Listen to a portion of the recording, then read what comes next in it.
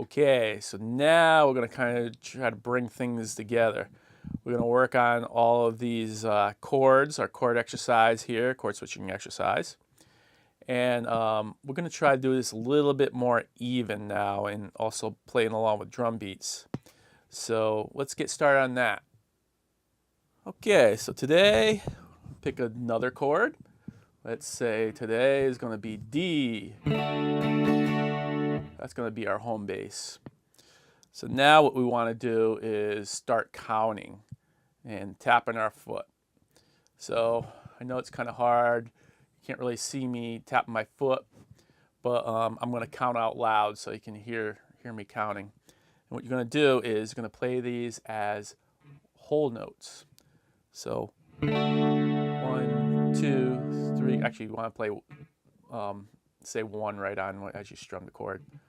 1, 2, 3, 4. And then we're going A, 2, 3, 4, D, 2, 3, 4, A minor, 2, 3, 4, D, 2, 3, 4, C, 2, 3, 4, D, 3, 4, E, 2, 3, 4, D, 3, 4, E minor, 2, 3, 4, D, 2, 3, 4, G, 2, 3, 4. So again, we skipped a few chords. We didn't do any B's because we didn't memorize the B. We went straight to C, and we skipped the F's because we're gonna just pretend for now, yeah, you're still working on that F, trying to get that nice and clean and clear. And so we went through all of our alphabet of the chords we have memorized. So then once you have that down, then I would say put on a drum beat, which we'll do in a second, and then just a little preview. What we'll do from there is we're going to turn those into half notes. So we'll take this and then 1, 2, and now you start on your other chords. So it's A, then 2, D, A minor. Now you may be confused. You know, we go, okay, D, 2, A minor. Oh, wait, what is that? It's supposed to be 2, it's supposed to be 4. What the heck is it? So one thing you can do is just say note in between. You know that each chord has, with the half notes, has 2 beats. One is the chord you play, and then there's the extra note. So you can just say that, note, or you can say beat. So D, note, A minor, note, D, note, A major, note, D, note, C, note, D, note, E, note, D, note, E minor, note, D, note, G, note, and D, note. There you go. You went through them all. And again, you notice I only did the D because you're never gonna have a D and a D minor next to each other. So and this is our home bass. So whatever we're using as a home bass, E, our A's, D's, whatever, you're just gonna play that one particular chord. If it's an A, you're gonna play an A. You're never gonna come back and play an A minor, as your home bass. If you're doing another chord, say D to A, you are gonna do D to A minor. So now what we want to do is do the same thing, but adding in drum beats. One more thing before I get into that, actually. The next step after that would be to do this on each beat. So it'll be D, A major, D, A minor, D, C, D, E, and so on. And you want to get to that point where you're doing that really solidly, and then from there you can go ahead and start bumping up the drum beats.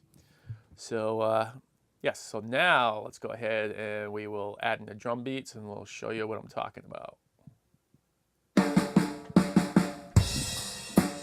3, 4. 1, 2, 3, 4. A. 2, 3, 4. 1, 2, 3, 4. A minor. 2, 3, 4. 2, 3, 4. C.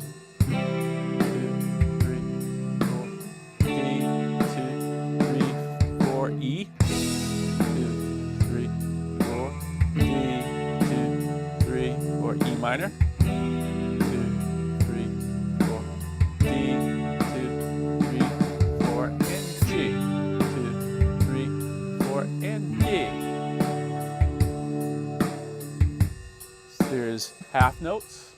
I mean whole notes. Let's do half notes. 2, 3, 4. 1, 2, 3, 4. 1, 2, 3, 4. 1, 2, 3, 4. 1, 2, 3, 4. 1, 2, 3, 4. 1, 2, 3, 4. I could do it again. 1, 2, 3, 4. 1, 2, 3, 4. And so on. And then finally what you'll be doing is doing it right on each beat.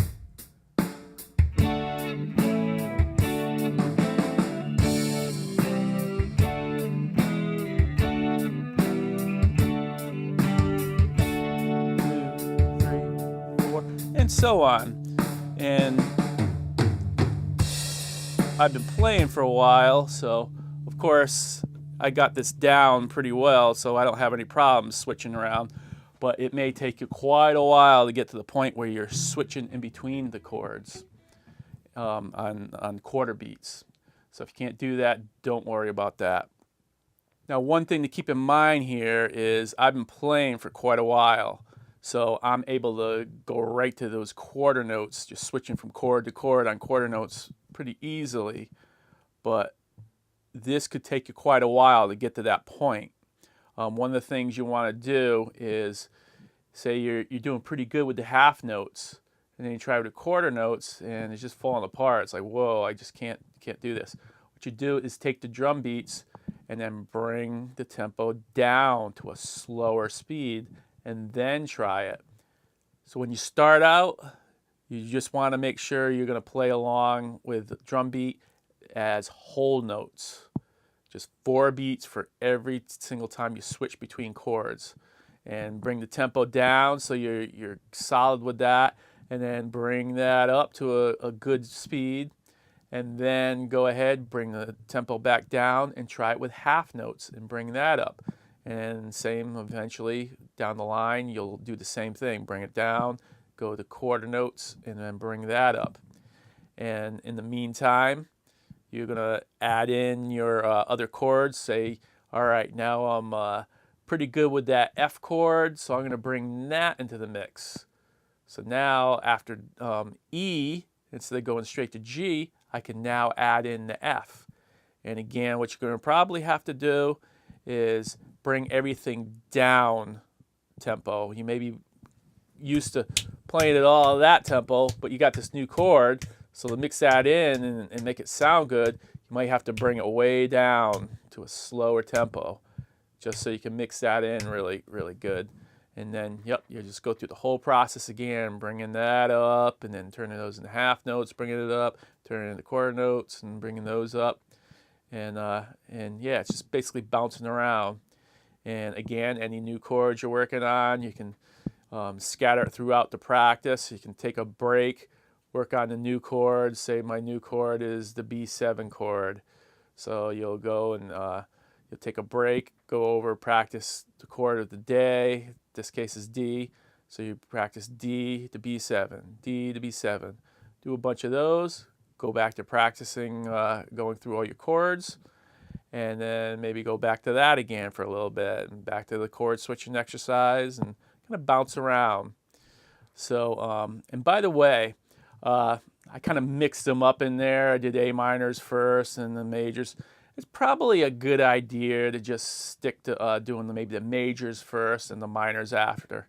The less you really have to think about it, and you know, you automatically know you're gonna do majors first all the time, then you're gonna just go to that without thinking.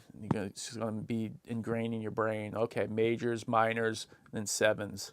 So you want to keep it organized like that instead of, you know, I kind of like switched around between while I was showing you. So don't follow what the teacher was just teaching you. You know, just what's that saying? Do what the teacher says, not as he does, or something like that. But yeah, I think that about covers everything on the chord exercise. There will be a sheet.